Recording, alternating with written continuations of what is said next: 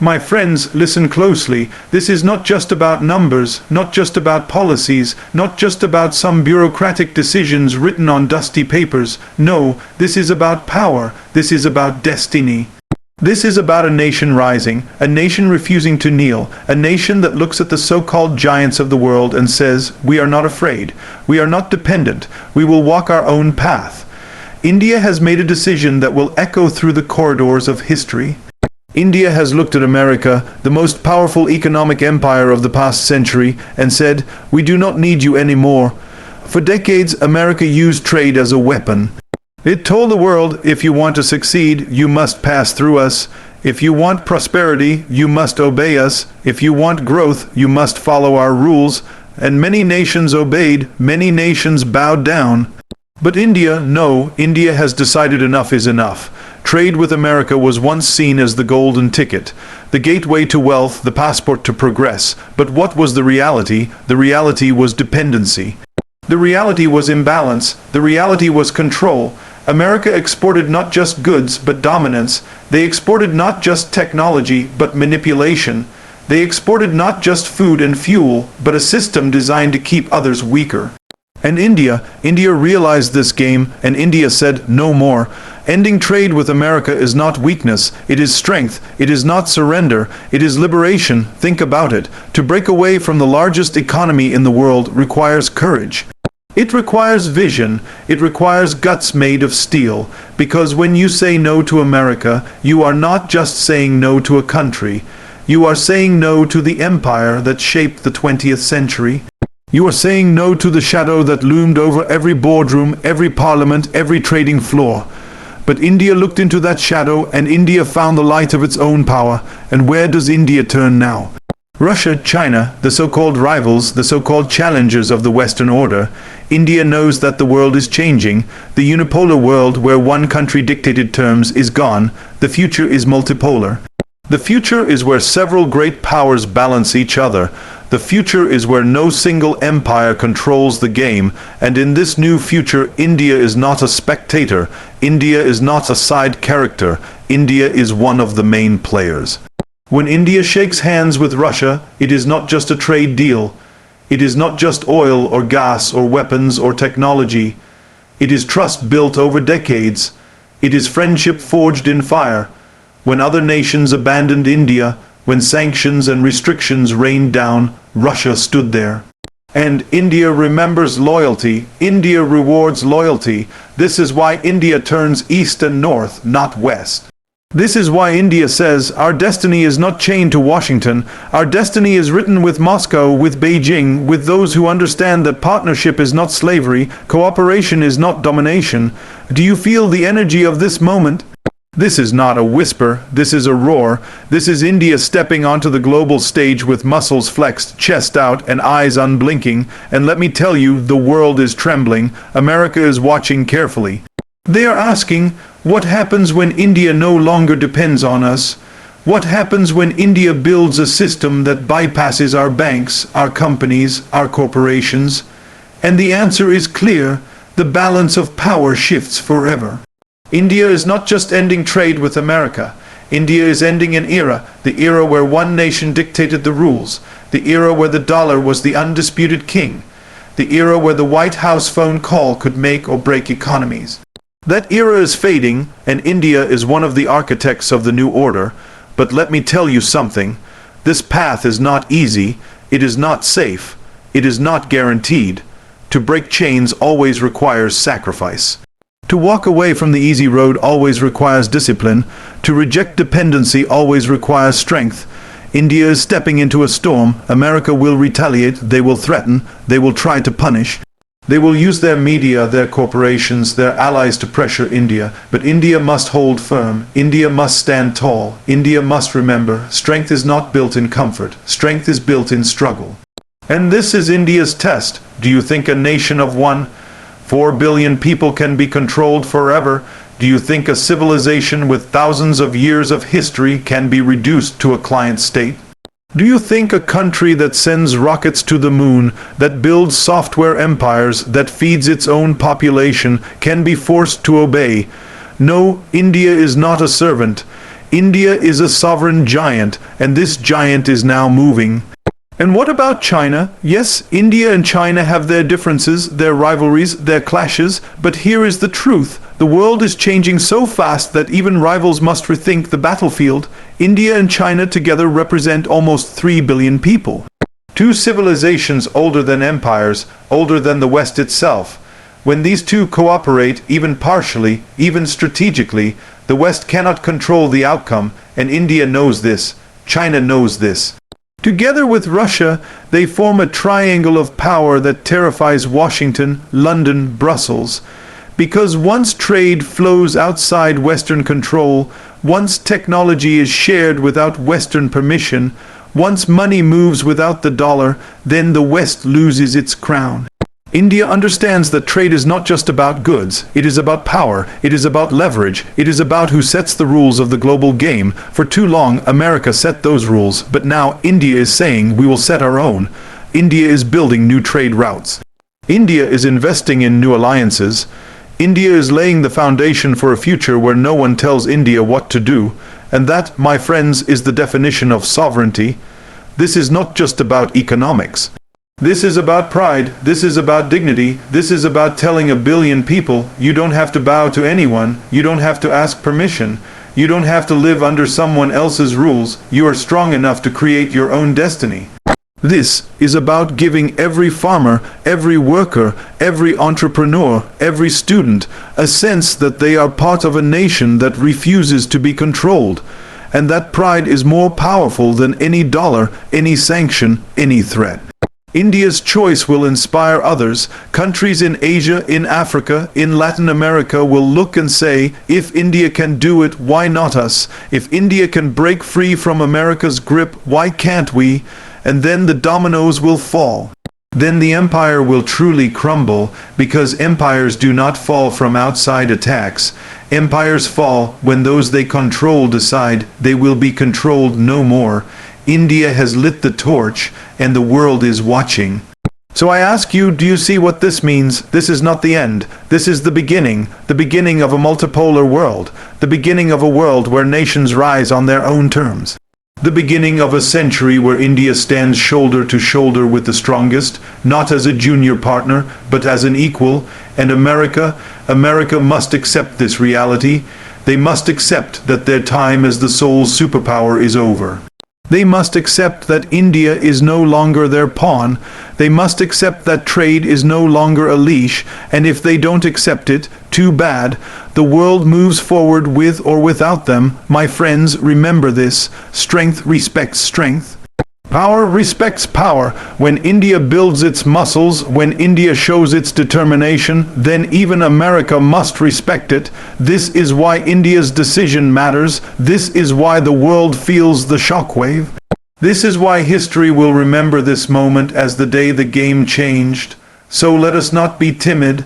Let us not be cautious. Let us not be apologetic. Let us roar with the confidence of a billion voices. India is free, India is strong, India is unshackled, and India will never again be a servant of any empire.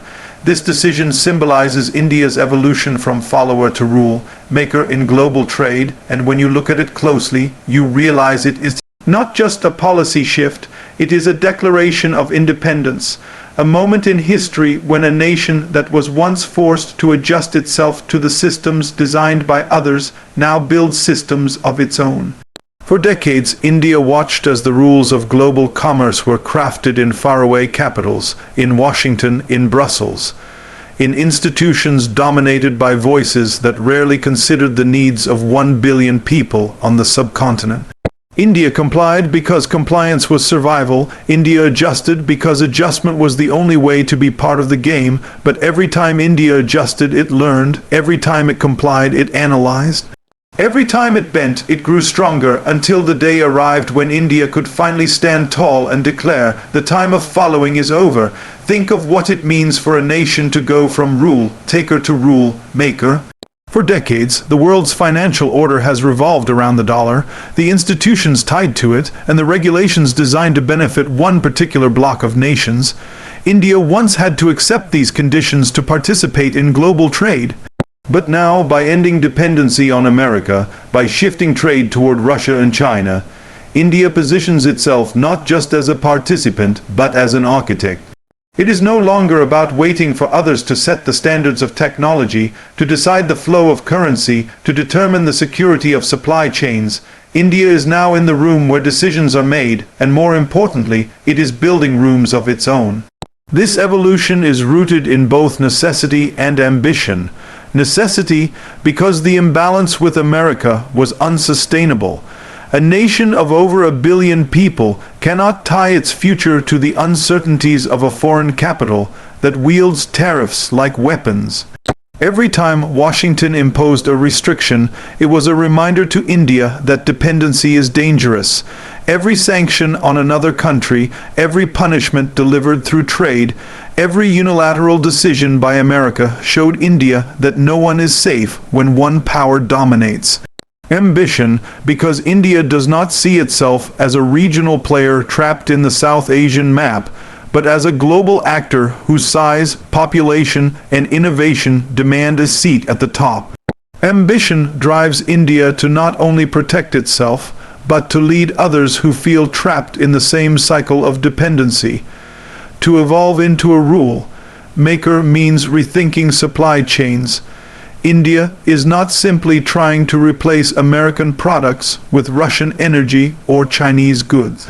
India is designing corridors of trade that bypass Western choke points. India is investing in ports, railways, and digital systems that connect Asia, the Middle East, Africa, and beyond. These corridors are not subject to the same political pressures that flow from Washington. They are partnerships built on mutual need, not hierarchy.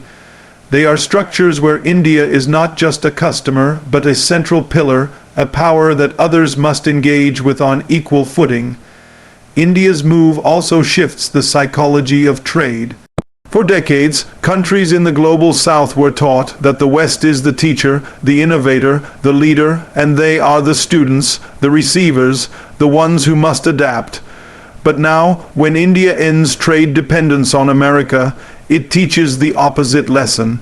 It shows that nations can rise from the label of follower and seize the authority to define their own frameworks. The symbolism of this act is enormous. India is saying to the world, if we can break away, so can you.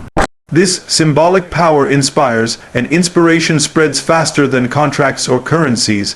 It changes the mindset of entire continents. Of course, being a rule maker requires more than just bold words. It requires infrastructure, alliances, and credibility. India is building all three. It has invested in its technology sector, creating digital platforms that rival Silicon Valley giants. It has built its space program, not just for prestige, but to prove it can master the most advanced technologies without relying on Western aid. It has cultivated relationships across Asia, Africa, and Latin America, presenting itself as a reliable partner that does not lecture or dictate, but listens and collaborates. This credibility makes India's shift away from America even more powerful. It shows that this is not a gamble, but a calculated step by a nation that has prepared itself for years. When India speaks today, it does not speak as a follower repeating someone else's script. It speaks with its own vocabulary, its own vision, its own authority. Look at the way trade agreements are evolving. India no longer waits for the WTO or Western institutions to draft the rules. It is creating bilateral and multilateral deals on its own terms. It is insisting on local currencies in transactions. It is building payment systems outside of SWIFT. These are not small adjustments. These are structural revolutions, and every revolution requires a pioneer. India is stepping into that role with the confidence of a nation that has survived colonization, partition, poverty, and still stands unbroken. The West underestimated India for too long. They thought of it as a market to be tapped, a labor pool to be used, a strategic counterweight to China that could be manipulated. But India never forgot its own history. It never forgot that it was once the center of global trade before colonization. It never forgot that its spices, textiles, and knowledge systems powered the ancient world economy, and now, as the pendulum of history swings back, India remembers. This memory fuels its transformation. This memory tells it that it was once a rule maker and can be again. What makes this moment different is that India is not trying to dominate others the way the West did. Its evolution into a rule maker is not about creating a new empire, but about creating a new balance. India's strength lies in the fact that it knows what it means to be silenced, what it means to be overlooked, what it means to be dependent. This empathy shapes the way it leads. By ending trade with America, India is not only freeing itself, it is creating space for others to free themselves as well. It is saying there is another way, there are other partners, there are other systems. This decision also speaks to the confidence of India's domestic capacity. You cannot become a rule maker in global trade if your house is weak. India has worked tirelessly to strengthen its manufacturing, to build resilience in agriculture, to expand its digital economy, to educate its people, and to raise a generation of innovators who are not just imitators. This confidence allows it to walk away from America without fear, because when a nation believes in its own people, it no longer fears losing the favor of outsiders. The impact of this shift is already visible. Nations that once looked automatically to Washington for guidance are now looking to New Delhi for alternatives. They are asking India to mediate disputes, to propose frameworks, to create platforms. This is how rulemaking begins, not through domination but through demand. When others ask you to lead, when others trust you to design the system, you evolve from a follower to a rule maker, and this is precisely what India is experiencing now. Think of the message this sends to every young Indian. For decades they were told that success meant going to America, working for an American company, following American models, but now the narrative is changing. Success means building something in India that others around the world adopt. Success means being the source of innovation, not just the user of someone else's. This transformation of mindset is as powerful as any trade agreement because it turns 1 billion individuals into participants in India's global rise. India's evolution also disrupts the monopoly of knowledge. For too long, Western think tanks, universities, and corporations claimed the right to define what is best practice in trade and economics. But India now produces its own models, its own theories, its own success stories. And when these are adopted by others, India's role as a rule maker is cemented. It is not just about trade deals, it is about shaping how trade itself is understood. The journey from follower to rule maker is never easy. It invites resistance, jealousy, and sabotage. America will not quietly accept India's independence. There will be attempts to undermine, to isolate, to destabilize, but this is where the true test lies. A rule maker does not retreat in the face of resistance. A rule maker endures, adapts, and continues forward. India has faced bigger storms before, and it will face this one with the same resilience. This decision to end trade with America is therefore more than a tactical maneuver. It is a declaration that India has graduated from the role of student to the role of teacher, from the role of receiver to the role of creator, from the role of follower to the role of rule maker, and once a nation crosses that threshold, there is no going back. The future will not be written by the old empires alone.